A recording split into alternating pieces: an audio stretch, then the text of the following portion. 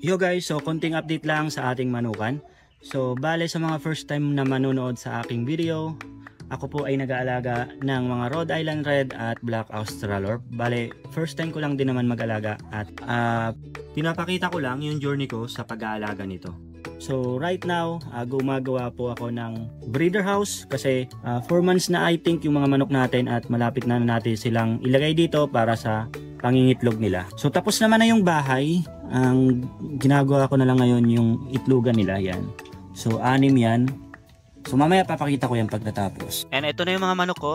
Malalaki na sila. Pero kung mapapansin nyo guys, mas marami dyan ang lalaki. So I think ibebenta ko tong mga ibang rooster ko. So kung sino man dyan ang interested na bumili ng rooster, PM lang kayo sa akin. At kung malapit kayo sa area ko, then ako na yung magdi-deliver ng rooster na to. So babawasan natin yung rooster kasi nga kakaunti lang yung hens. So hindi maganda yung ratio at malulugi tayo sa patuka kasi malakas ding kumain tong mga rooster na to. So ibebenta ko yung iba and then ibibili natin ng feeds yung magiging benta natin sa rooster. So sa mga interesadong bumili dyan, PM lang kayo. I think mga 4 lang na rooster yung ibebenta ko dito. Sa Black Australorp naman, sa tingin ko magbebenta ako ng isang rooster kasi sobra din ng isa. Ngayon, sa mga magtatanong dyan, so ano nga yung magiging purpose ng Rhode Island Red Rooster na to kung wala namang kasamang hens, diba? Well, pwede nyo siyang gawing mixed breed or yung tinatawag na hybrid.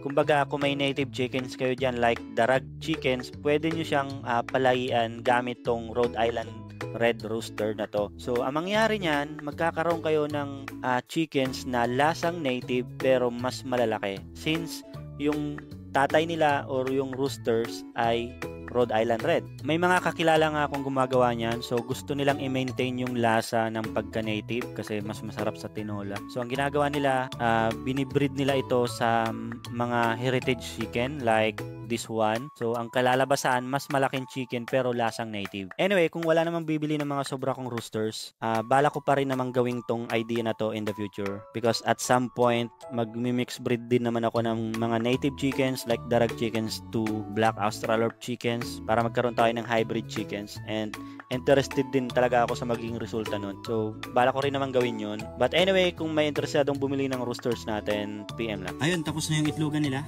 So, bali, 6 na compartment yan. 1, 2, 3, 4, 5, 6. So, ang sunod na gagawin natin, I think bibili tayo ng kusot. So, para malambot yung beddings ng mga itlog. And then, siguro bibili rin tayo ng fake eggs kasi nakikita natin sa mga vlogger na nagmamanok na naglalagay sila ng mga fake eggs, yung mga plastic eggs para